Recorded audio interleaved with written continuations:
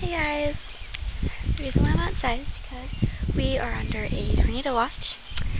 As you can see over there, looks, see all that, and then looks really cloudy over there. So yeah, yep, we're under tornado watch until 10 o'clock tonight. So yeah,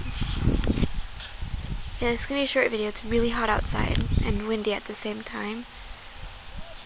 It's 81 degrees out. So it is officially summer, and happy Father's Day to all those fathers out there. Yeah.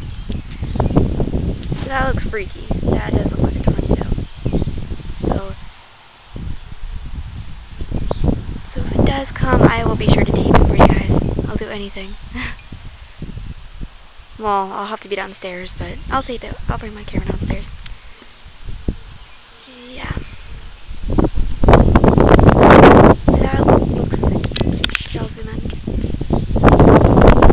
Cause that goes up like that, and then that looks freaky.